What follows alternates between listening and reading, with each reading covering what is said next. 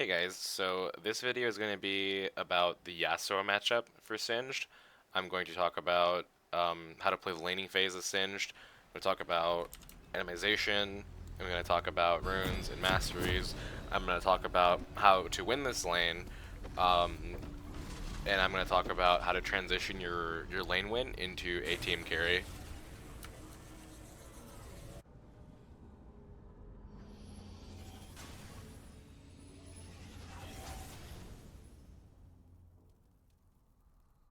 Okay, so first things first, let's get into runes and masteries. For runes this game, I'm running 9 armor marks, 9 health per level yellows, 9 AP blues, and 3 armor quintessences. And for masteries, I'm running 12-0-18 with Courage of the Colossus. And as usual, I'll link those in the description. So the reason that I'm not starting this game by proxying is because, as you saw just a little bit ago, Rek'Sai was standing right there, and like he was standing right here, and because of that, I made the assumption that he was going to start on the red buff, like a purple, like a red side left jungle start, but he ends up not doing that, and by that point, generally because I don't have vision of this area, it's too late for me to like reliably or safely invade, even though I still could have. I just didn't know that, so I ended up running the lane, and I want to get a fast push on the wave, so I wanted to run over here and just push the wave as soon as it leaves the tower range. But what ends up happening is that Yasuo is waiting in there because he's not leashing either, and he gets a good level 1 trade on me. So an important thing to remember against Yasuo is that at levels 1 and 2, he will actually outtrade Singed because of the way that Fervor works at early levels with Doran's Blade, the lifesteal, and just his high auto attack speed, like stacking of his E and his Q being basically an auto attack that has an auto reset. Um, You'll notice that even though Singe does have a good level 1 and 2 versus most champions, his level 1 and 2 versus Yasuo, he will generally lose that trade. And this guy also has Ignite, so it's better just to do what I'm doing here, generally versus a good Yasuo, and let him push towards you and try and freeze the wave, like right around here when you hit level 2.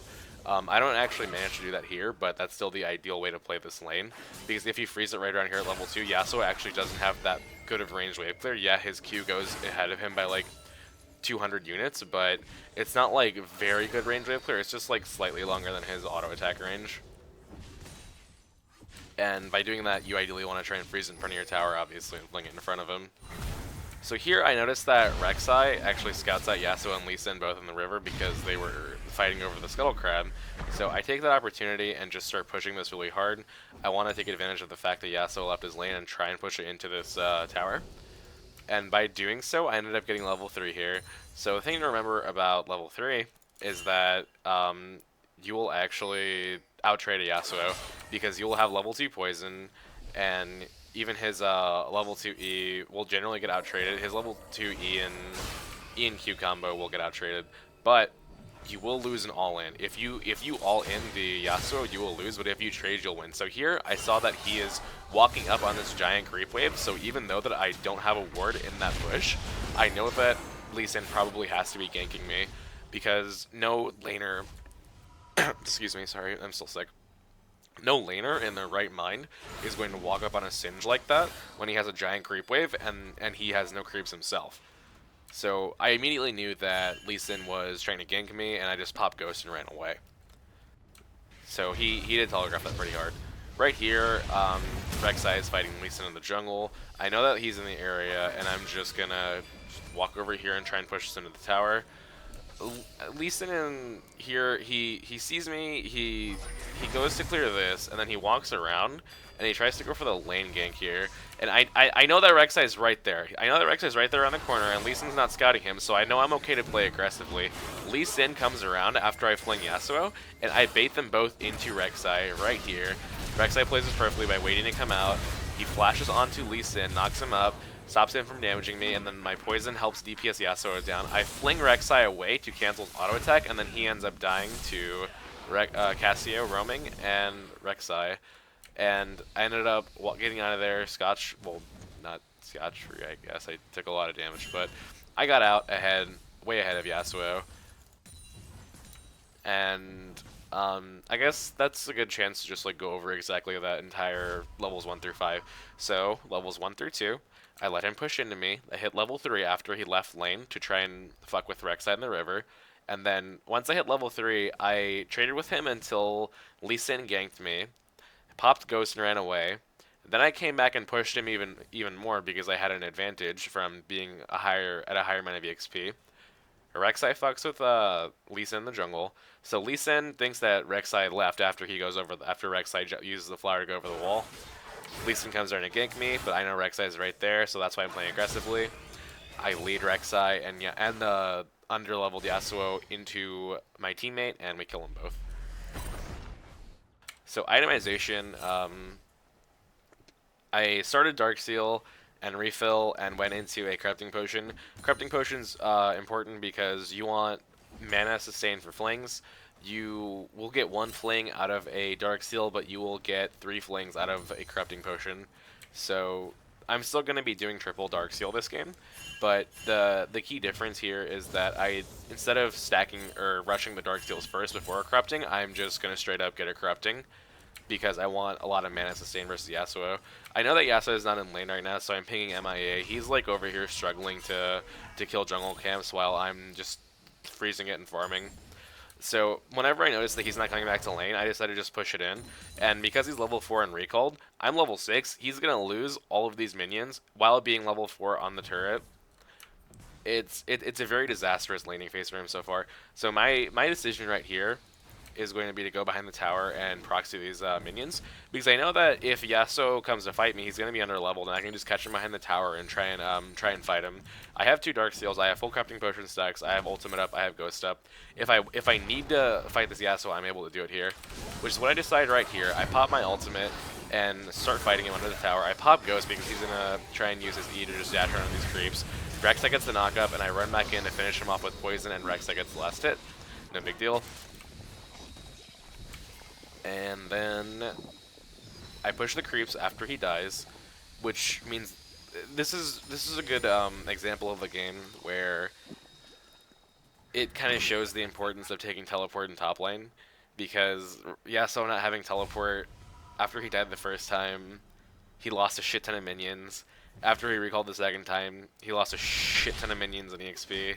And after he died here, he lost even more minions to the turret. He could have at least saved 1.5 waves over the course of this game if he had teleport, and maybe survived and maybe like didn't outplay, but like not taking teleport for top lane is pretty funky, I think. And this is a good example of a game that demonstrates that if you take Ignite top lane, you have to shit on your lane completely. If you don't shit on your lane, then you're going to be at a rotational disadvantage and a map pressure disadvantage. So itemization, I finished my Dark Seals and I got a Ninja Tabby. Ninja Tabby, great item versus Yasuo. Dark Seals, 3 of them, because that's the build that I've been running, because it's been working. Seems pretty strong. And I'm not going to explain the whole Dark Seal concept here, because I've already made a bunch of videos about the 3 Dark Seals. But just sum it up, like, in short, it's a unique strategy that's available only to Singe because of his weird passive. It's like one of the few ways that that passive actually manages to be decent, and even though it's like a shitty passive in general, like this weird cheese strategy ends up making it okay. So what I did right there was, I know that Yasuo is level 5 and I'm level, I was level 7 and I'm level 8. So I just ulted and ran into the tower and started harassing him. And because I'm getting so much regen out of my rings and my ult and my corrupting potion, I just keep chasing him under the tower, just keep fucking with him, keep harassing him. Even though I know that I can't finish the kill there, what I do is I just back out and I start proxying this wave and I wait for him to clear the wave. Because now that I have regen more HP with my corrupting potion and I have more mana with the corrupting potion charges, I know that if he stays, I can kill him.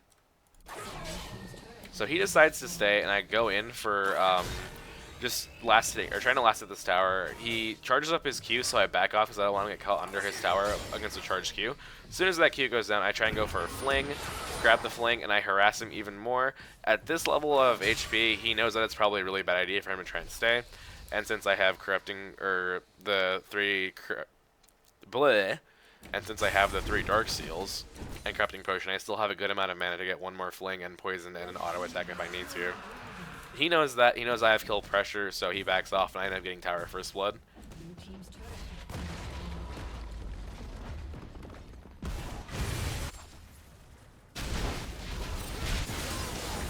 So, itemization.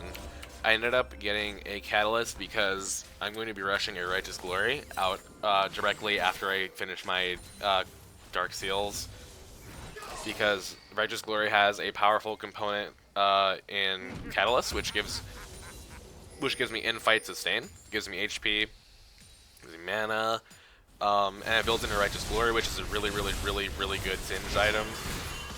It doesn't give Singed any damage, but it gives him the ability to make plays.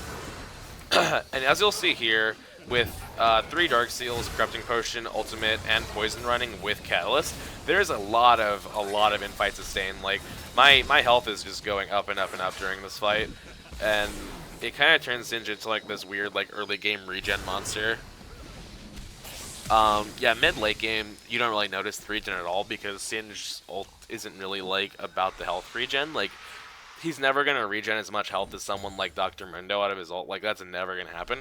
But for, like, level 1 to, or level 6 to 11, or no, actually probably just like 6 to 9, you will really notice that health regen because people don't have like a huge amount of burst damage at that stage in the game unless they're like Fed or they're an assassin or they're Syndra, and she will just one-shot you anyways.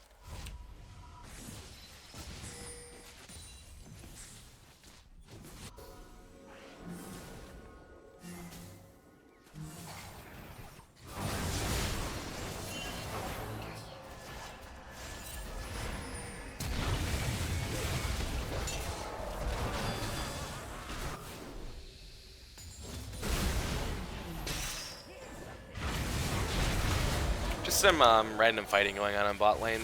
A lot of this, it's kind of important to talk about this because the amount of pressure that I put on top lane, not only did me and Rek'Sai like destroy Yasuo, but in the process of beating Yasuo, we also beat Lee Sin, because Lee Sin also died in that top lane fight, and Rek'Sai started taking his jungle camps while he was dead. So that means that Lee Sin also falls further behind, because we won the 2v2. Winning a 2v2 early on in top lane is really big. Winning a 1v1, yeah, it is helpful, but winning the 2v2 is like really what it's all about, because if you win the 2v2, you put 2 people really far behind instead of just 1.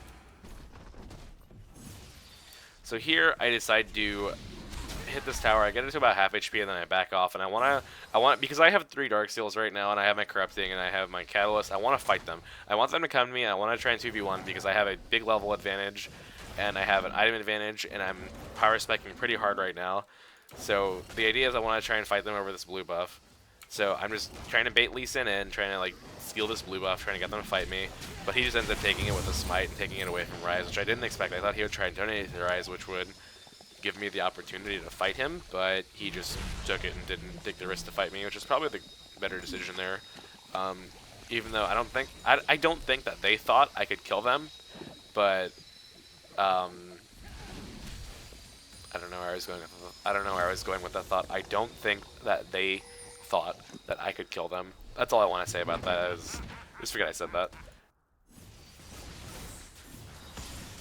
So here I'm just taking Subtle Crab, and I'm watching mid while this is happening, and I'm seeing that my teammates are kind of doing some questionable stuff. So my next decision is to head in that direction. Or actually, no, my decision is to recall. See, this is what's kind of fun about making these videos, is I can not only like explain my own gameplay, but I can kind of see exactly what it is that I'm doing. Oh, I kind of reflect on it and improve for future games, but that's what I was doing. I was finishing the gold for my Righteous Glory. Now that I have, this is a pretty big power spec for Singed here. Having these 3 Dark Seals and the Righteous Glory and Corrupting and all this shit right here makes him into a pretty scary early game fighter. So right here, I'm not really doing a whole lot. I'm just messing with Yasuo, just trying to harass him, seeing that this fight's going on, I decided to start heading down the river and hopefully try and make a difference. Lee Sin walks under the tower and he ends up dying. This is a really, really good Bard ult. So I teleport right here, and I get the Twitch, and then I pop Righteous Glory right here, and I end up getting Thresh. In hindsight, that was a really, really bad use of Righteous Glory's active, because if I saved that Righteous Glory right there, I could have actually popped it right here and gotten on this Ryze a lot faster, or I could have just straight up gotten on the Yasuo and killed him before they had a chance to kill Cassio. But because my Righteous Glory is down, Ryze ends up getting away over here. He popped both summoners, but it's like, yeah, if I just used that Righteous Glory properly and was patient with it, I would have been able to kill Ryze there, because I would have gotten this slow and been able to keep up with him. Then my team would have just chased him down and killed him.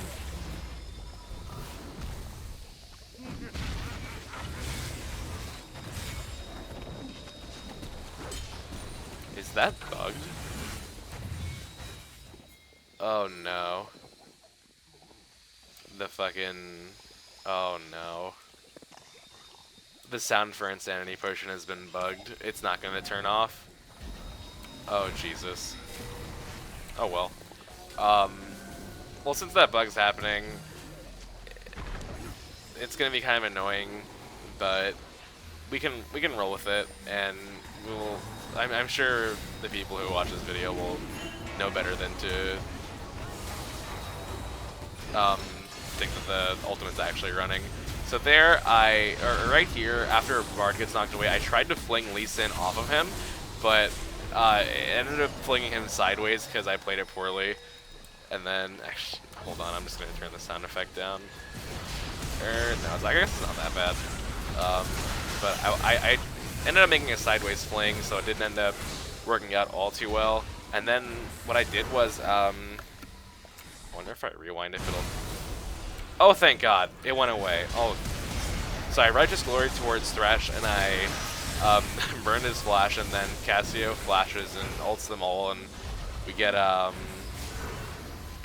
stun, and then Ryze just kind of gives up because I'm fast, and he dies, and then we go back and finish this dragon and shit, and yeah. I don't know, that was a pretty basic fight, but the important thing to note there was that since Righteous Glory has that, I think it's a 90-second cooldown, I used it at bottom to kill Thresh, and then I used it in the river before recalling or doing anything to kill Thresh again. So you can do some pretty funky stuff with this 3 Dark Seal build, because you have a lot of mana to work with. You don't necessarily have to like recall every single time either after a fight like you normally do with like just a straight up Manaless build. Not that Manaless builds are bad, Manaless builds are still good, but this is just like, I wouldn't even consider this a mana build. It's just, it just like gives you a little bit of extra fighting power. That's about it. So on that back, I sold 2 of the rings, and I bought a Blasting Wand and Amp Tome. So I'm sacrificing a little bit of in-fight regen for just straight up damage. In-fight regen at this point is not that important, because we're kind of entering the stage of the game where people start to have burst damage, and my health pool is getting large. So regen by itself is not going to do that much at this stage in the game. Flat health regen does not scale that well, but percent health regen, like what Dr. Mundo has, does scale very well.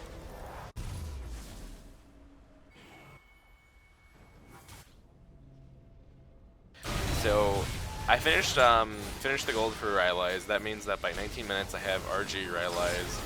Corrupting, blah blah blah, blah blah blah. See my inventory, so right there. Ferris tries to walk past them and flash, and then my team gets caught in kind of a bad spot, so I pop everything and I run in, try and fling Ryze, but he dies. So what I do is chase the Thresh down. Holy shit, I was going fast. Then I dip into the speed shrine from the Scuttle Crab, and he just gives up. I want to see just how fast I went there. That was kind of crazy.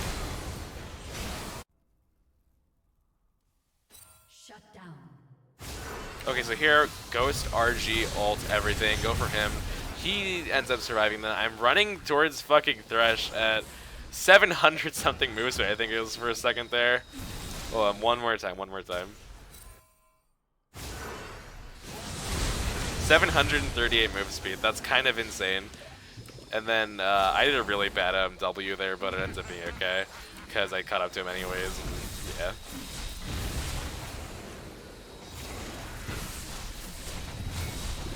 So after that, we just finish off this Rift Herald. I guess this is a good chance to talk about Rift Herald. If you have a jungler like Rek'Sai who's gonna be able to split push late game and he's gonna do a lot of auto attacking, it's generally better to give a jungler like that the Rift Herald buff. But if you're in a situation where your jungler is like a fucking Nuno or something and you have a ZZ route portal, it's better for you to take that Rift Herald buff and just try and split push with it.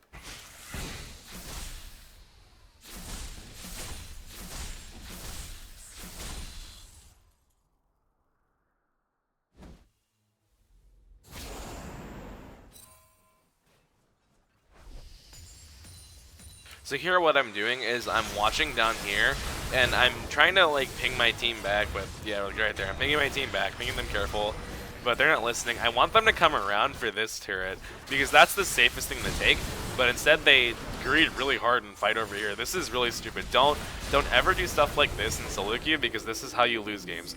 Always, always, always, always, always keep your eye on the objectives, because the objectives are how you will climb elo if you focus objectives. And doing shit like this, just like randomly fighting because you're that far ahead, is how games are thrown, and that's how people lose, and that's how people rage, and that's why people are like, oh, why am I stuck in silver for like 900,000 games? I don't know what to do. What am I doing wrong? That's a part of the thing that a lot of people do wrong, is they don't realize that they're taking fights like that they probably shouldn't, and just delaying games. If my whole team just came top and we started sieging with that creep wave that I had built on this weakened tower, we would have probably been just like acing them and winning the game right here.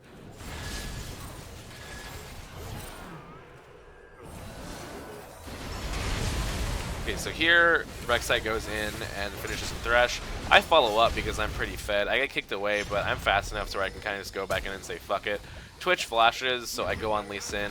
He gets rooted in the goofling and then slowed by Rayleigh's, and he dies because I'm fed and Rek'Sai's fed. We just end up backing up and finishing off the tower.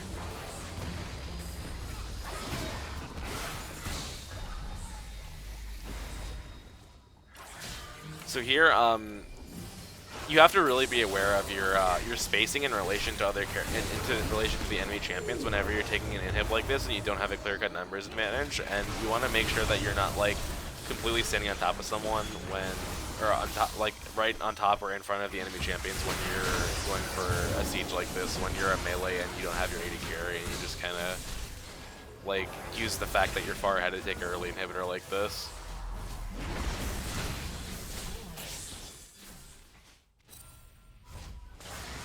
Then, yeah, I think that was actually the last fight. So I ended up backing and buying Leandry's, but sadly I never get to use it because I think they just surrender right here straight up.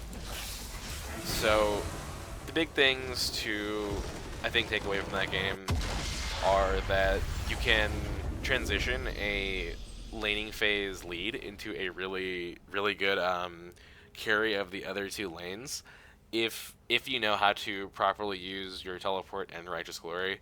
I did have, I think, one bad use of Righteous Glory in that bot lane teleport, but it ended up being okay because the cooldown was up soon enough for me to force his flash on his respawn and force Thresh's flash on his respawn and just kill him again. So yeah, I guess the thing to remember about that is that it does have a 90-second cooldown, and even though sometimes you might feel like you're using it like too eagerly, the cooldown is like just enough to where you can kind of time it and just stagger your opponents basically. So yeah, I hope that was a good like illustration of how to play like the early level like 1 through 5 against Yasuo. He does eventually outscale Singed, but I think this season it's not going to be nearly as bad as it was last season because, like I said in previous videos, Singed can actually finish his items now, and Singed finishing his items means that Yasuo doesn't become like as ridiculous of a split pusher even when he's behind, because Singed actually has access to his his stats and his items and his passives from Rylai's and Liandry's, and you can even eventually like build a Thornmail or Anduin's, Rylai's, Liandry's versus a character like Yasuo and be pretty okay in a split pushing fight.